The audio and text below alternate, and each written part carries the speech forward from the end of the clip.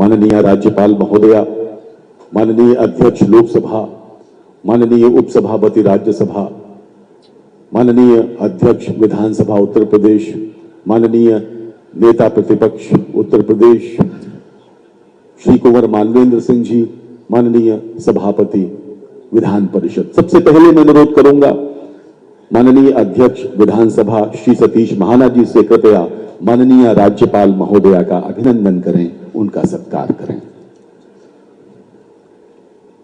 स्नेह और आदर के प्रतीक पुष्प, अंग वस्त्रम,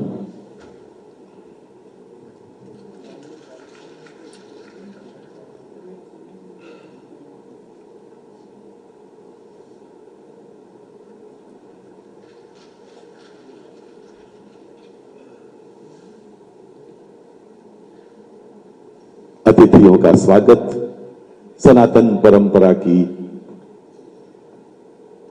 विशेषता है मित्रों।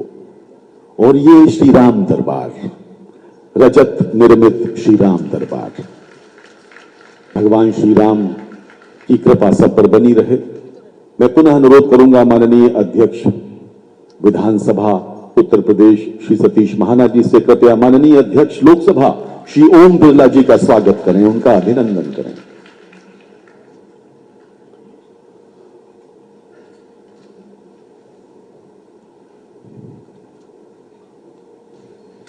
लखनऊ के लिए आज का ये दिन ऐतिहासिक है, जब उत्तर प्रदेश की राजधानी में स्वयं लोकसभा अध्यक्ष महोदय पधारे हैं।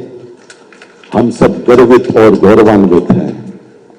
अब मैं अनुरोध करूंगा माननीय सभापति उत्तर प्रदेश विधान परिषद श्री कुंवर मानवेंद्र सिंह जी से कृपया माननीय उपसभापति राज्यसभा श्री हरिवंश जी का सत्कार करें।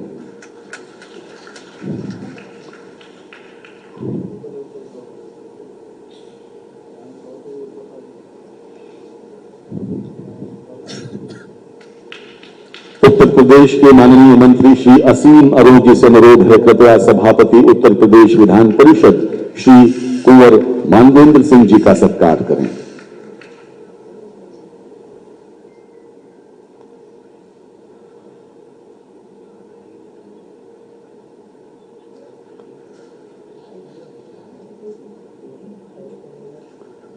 श्री राम दरबार आदरणीय हरिवंश जी को भेंट करते हुए श्री कुंवर मानवेंद्र सिंह जी,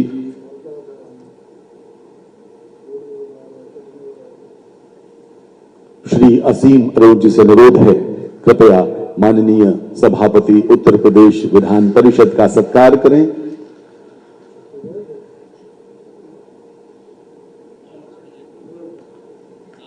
सुश्री आराधना मिश्रा मोना, नेता कांग्रेस विधानमंडल दल उत्तर प्रदेश से आग्रह है कि कृपया माननीय अध्यक्ष विधानसभा श्री सतीश महाना जी का अभिनंदन करने के लिए आगे आए।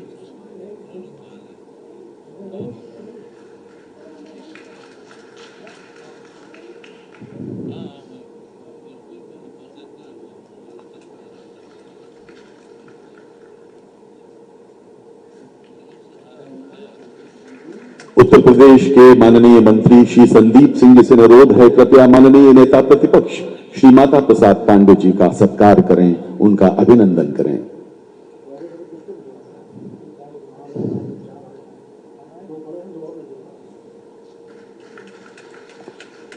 बहुत बहुत धन्यवाद। और अब मैं अनुरोध करूंगा माननीय लोकसभा अध्यक्ष श्री ओम बिरला जी से कृपया आरंभिक उद्बोधन करें। आदरणीय अध्यक्ष महोदय।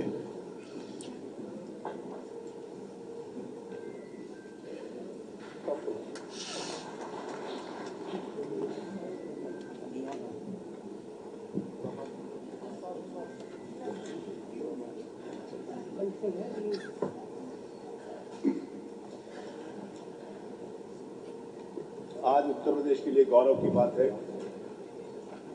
उत्तर प्रदेश को अखिल भारतीय पीठासीन अधिकारी सम्मेलन को होस्ट करने का अवसर मिला। मैं आज इस अवसर पर इस कार्यक्रम में उपस्थित हम सबके संरक्षक, जिनके दिशा निर्देशन में उत्तर प्रदेश की सरकार चलती है, और जिनकी सरकार के हम सब लोग विधायक हैं, ऐसी महामहिम आदरणीय राज्यपाल बहन आनंदीबेन जी पटेल को मैं स्वागत करता हूँ, अभिनंदन करता हूँ। आज इस कार्यक्रम में उपस्थित देश में एक नया कीर्तिमान स्थापित करने के लिए पूरी दुनिया के कॉमनवेल्थ पार्लियामेंट्री कंट्रीज के अंतर्गत जिनका एक सम्मान के साथ नाम लिया जाता है, जो इनोवेशंस के नाते से अपनी पहचान देश में नहीं दुनिया में बनाई है, जिनका संरक्षण, स्नेह और सहयोग और आशीर्वाद मुझे मिलता है। आज इस कार्यक्रम में उपस्थित माननीय लोकसभा अध्यक्ष आदरणीय श्री ओम बिरला जी का मैं हार्दिक स्वागत और अभिनंदन करता हूं। अपने ज्ञान के लिए, अपनी योग्यता के लिए उनका जो प्रकाश पत्रकारिता के रूप में इस देश को मिला, आज देश में राज्यसभा के उपसभापति के नाते से जिनका मार्गदर्शन हम सबको मिलता है, ऐसे हम सबके लिए बहुत ही आदरणीय श्री हरवंश जी का मैं हार्दिक स्वागत और अभिनंदन करता हूँ। उत्तर प्रदेश विधानसभा के विधान परिषद के सम्मानित सभापति आदरणीय कुंवर मानवेंद्र सिंह जी का, जिनका एक बहुत बड़ा राजनीतिक इतिहास है, उनका मैं हार्दिक स्वागत और अभिनंदन करता हूँ। इस कार्यक्रम में उपस्थित उत्तर प्रदेश की विधानसभा को जिन्होंने 2 बार सुशोभित किया, जिनका विधायी अनुभव से हम सब लोगों को सीखने को मिलता है। विशेष रूप से मैं इस बात को बड़े गर्व के साथ कहता हूँ कि मैंने बहुत कुछ सीखा उस शख्सियत से जो 2 बार इस कुर्सी के ऊपर बैठकर विधानसभा अध्यक्ष के रूप में जिनका मार्गदर्शन मिला, और आज नेता प्रतिपक्ष के रूप में आदरणीय माता प्रसाद जी पांडे जी का भी हार्दिक अभिनंदन स्वागत है। ये हम सबके लिए सौभाग्य की बात है। उत्तर प्रदेश को इस समय होस्ट करने की बात हुई 86वां अखिल भारतीय पीठासीन अधिकारी सम्मेलन। प्राय पूरे देश में हर स्टेट इसको चाहता है कि उनके स्टेट को ये मिले, और 15-20 साल बाद इसका नंबर आता है। उत्तर प्रदेश ने इसको 2015 में माननीय माता प्रसाद पांडे जी ने इसको होस्ट किया था, और उसके बाद अभी हमारा नंबर नहीं था। बहुत सारे हमारे सम्मानित अध्यक्ष स्पीकर पूरे देश भर से बैठे हुए हैं, जो उनके प्रति क्षमा के साथ ये बात कहना चाहता हूँ कि मेरे आग्रह को माननीय लोकसभा स्पीकर साहब ने स्वीकार किया और हमारे को आउट ऑफ टर्न ये अवसर दिया कि हम सारे स्पीकर साहब सम्मान करने का स्वागत करें। मैं सभी माननीय पीठासीन अधिकारी, honourable speakers, honourable deputy speakers, honourable chairman, honourable deputy chairman और उनके साथ आए हुए सभी सचिव और सभी पूरे डेलीगेट्स का मैं हृदय से स्वागत और अभिनंदन करता हूँ। उत्तर प्रदेश की एक विरासत बहुत आदिकाल से, उत्तर प्रदेश की संस्कृति, यहाँ के संस्कार, यहाँ का समर्पण, यहाँ की सेवा, यहाँ का संकल्प, यहाँ का सौंदर्य, ये सारी चीजें जिससे हम मिला लेते हैं तो उत्तर प्रदेश बनता है। उत्तर प्रदेश के इस नए स्वरूप को, एडवांटेज यूपी को देखने के लिए जिस प्रकार से हमारे मुख्यमंत्री आदरणीय योगी आदित्यनाथ जी ने विगत 9 वर्षों के अंतर्गत काम किया है, उससे उत्तर प्रदेश का परसेप्शन बदला है, उत्तर प्रदेश की एक छवि बदली है। 18वीं विधानसभा में इस समय सारे सदस्य 403 सदस्यों की जिसमें मैं बात करता हूँ, तो ये योग्य सदस्य हैं। जिस समय राजनीतिक क्षेत्र के अंतर्गत मैं इस बात को कभी कभी मनोविरोध में भी कहता हूँ, कभी कभी वास्तविकता भी कहता हूँ कि राजनीति में हमेशा बहुत बड़े बड़े स्टॉलवर्ड्स रहे। आज़ादी के बाद से लेकर आज तक बहुत बड़े बड़े नेता रहे जिन्होंने देश के लिए समर्पण के साथ काम किया। राजनीतिक क्षेत्र में जिन्होंने देश को एक दिशा दी, चाहे वो किसी भी राजनीतिक दलों से भी राजनीतिक दलों से होगा, कोई भी ऐसा व्यक्ति नहीं है जो किसी राजनीतिक दल से ना हो, लेकिन उनके उस गौरव को, उसके गौरव गाथा को ना पहचान करके एक नेगेटिव परसेप्शन देने का काम विगत कई दशकों के अंतर्गत किया। उस नेगेटिव परसेप्शन के कारण ये एक मैसेज गया, या घर में कोई पढ़ा लिखा लड़का है तो डॉक्टर बनेगा, इंजीनियर बनेगा, जो सबसे नालायक है वो नेता बनेगा। लेकिन आज मैं इस बात को कहता हूं कि जिसको सब कुछ नहीं आता वो नेता नहीं बन सकता, जिसको सब कुछ आता है वही नेता बन सकता है। हमारी विधानसभा जिसको सब कुछ आता है वही समाज को लीड करते हैं। हमारे पास डॉक्टर्स हैं, हमारे पास इंजीनियर्स हैं, हमारे पास PhD हैं, हमारे पास रिटायर्ड IAS IPS, हमारे पास गाँव में काम करने वाले के किसान हैं जिसको जमीन की हकीकत मालूम है, हमारे पास वो सिपाही मजदूर भी विधायक बनकर आता है जिसको ये पता होता है कि किस प्रकार से पीड़ा के समाज के गंदगी को हटाने का काम करते हैं। और हजारों और लाखों लोगों को नेतृत्व करते हुए जो इस विधानसभा के सदस्य बनते हैं वही समाज को दिशा देते हैं। उन्हीं की समाज के प्रति जिम्मेवारी है, उन्हीं की समाज के प्रति जवाबदेही। आज इन्हीं सब बातों को लेकर आज जो माननीय लोकसभा अध्यक्ष जी ने हम सब लोगों को ये अवसर दिया कि हम जिन टॉपिक्स के ऊपर चर्चा करेंगे वो सबसे महत्वपूर्ण टॉपिक है कि विधायिका की जनता के प्रति जो दायित्व है, जो जिम्मेवारी। हमारे को संविधान ने बहुत सारे अधिकार दिए। हमारा देश संविधान से चलता है। संविधान के अनुरूप हम सब लोगों की बाध्यता है उसका आदर करें, सम्मान करें और संविधान के एक एक शब्द के अनुरूप अपने जीवन में उसका आचरण करें। और संविधान ने विधायिका को यह अवसर दिया कि जनता के प्रति जवाबदेह विधायिका, क्योंकि जिस समय समाज के अंतर्गत किसी भी प्रकार का जो प्लस या माइनस होता है तो किसको रिस्पॉन्सिबल करते हैं, who is responsible for that, किसके प्रति जवाबदेह होती है, अच्छा हो तो खराब हो वो विधायिका की होती है। और विधायिका में लोग जो चुनकर आते हैं संविधान के अंतर्गत अपने अपने क्षेत्रों के अंतर्गत अपनी अपनी उस जिम्मेवारी को, न्यायपालिका, कार्यपालिका, विधायिका, पत्रकारिता, सबकी अपनी अपनी सीमाएं हैं। उन सीमाओं में रहकर हम कैसे समाज का भला कर सकते हैं।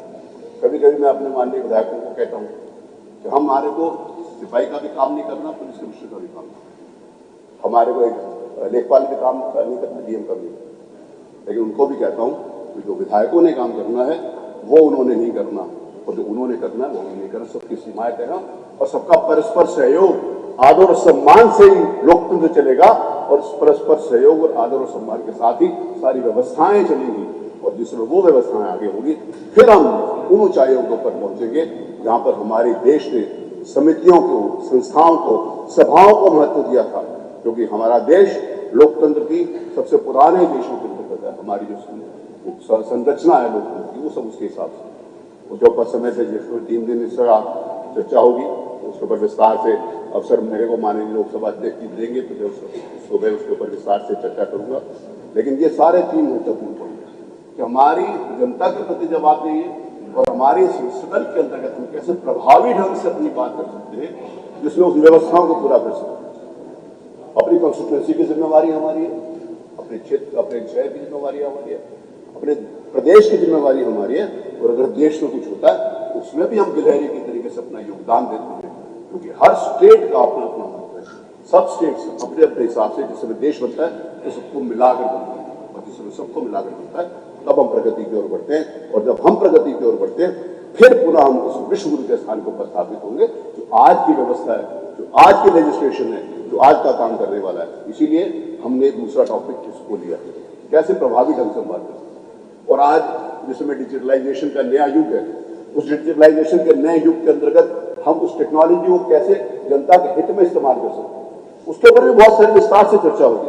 उसमें प्लस और माइनस सारी बातें हो सकती है, लेकिन उसमें हम कैसे उसकी चर्चा करेंगे ये 3 महत्वपूर्ण विषयों के ऊपर अगले 3 दिन इस उत्तर प्रदेश के विधानमंडल के अंतर्गत जो देश की सबसे बड़ी विधानसभा है इसकी चर्चा होगी। और इसकी गूंज उत्तर प्रदेश से निकलकर देश के सभी विधानसभाओं में जाएगी, ऐसा मुझे विश्वास है। और ऐसा हम सब लोग मिलकर सारे सभापति सारे देशों से तैयार होंगे। आज इस अवसर पर मैंने कहा मेरा अवसर आएगा तो मैं अपनी बात करूंगा। सिर्फ एक सूचना देकर मैं माननीय अध्यक्ष जी ने मुझे जो निर्देश दिया उसके अनुरूप मैं अपनी बात करूंगा। इसके बाद हमारे जितने भी माननीय सदस्य हैं हमने लाइट एंड साउंड शो रखा है विधानसभा का एक नया शुरू बार करने के लिए। कार्यक्रम के बाद सभी सम्मानित सदस्य जो लोग यहाँ पर बैठे सब लोग उस लाइट एंड साउंड शो के लिए चलेंगे। आमंत्रित है कि मैं पहले बता दूं क्योंकि जाने के समय होता है कि सुनते नहीं आखिरी बार वो इन्फॉर्मेशन क्या है। भोजन के अलावा भोजन भी है। तो मैं आज इस अवसर पर माननीय अध्यक्ष लोकसभा जी की अनुमति से माननीय प्रधानमंत्री जी ने एक संदेश भेजा है हमारे इस बैठक के लिए। मैं उसको माननीय राज्यपाल जी की अनुमति से और माननीय अध्यक्ष जी की अनुमति से मैं उसको पढ़ूंगा। It is heartening to learn about the organization of 86th All India Presiding Officers Conference AIPOC at Lucknow from 19th to 21st January 2026. What is particularly pleasing to note is that this national conference follows the conclusions of 28th Conference of Speakers and Presiding Officers of Commonwealth hosted by our Parliament. Since its inception in Simla in 1921, AIPOC has truly come a long way. Having addressed AIPOC sessions earlier, my mind immediately racks back to my participation at the Centennial Conference, also held in Shimla in 2021. Debates and discussions are an important point of democracy, promoting transparency, fairness, and respect for differing viewpoints and criticism with dignity. In this contest, speakers and presiding officers play a crucial role in ensuring the smooth, impartial, and orderly function of legislative bodies. By facilitating effective transactions of business while maintaining decorum and decency on the floor of the House and adhering to legislative rules and procedures. While presiding over debates, giving members an opportunity to speak, deciding points of order and overseeing voting, they act as neutral authorities of party politics, uphold the dignity of the House and safeguard the integrity of democratic process.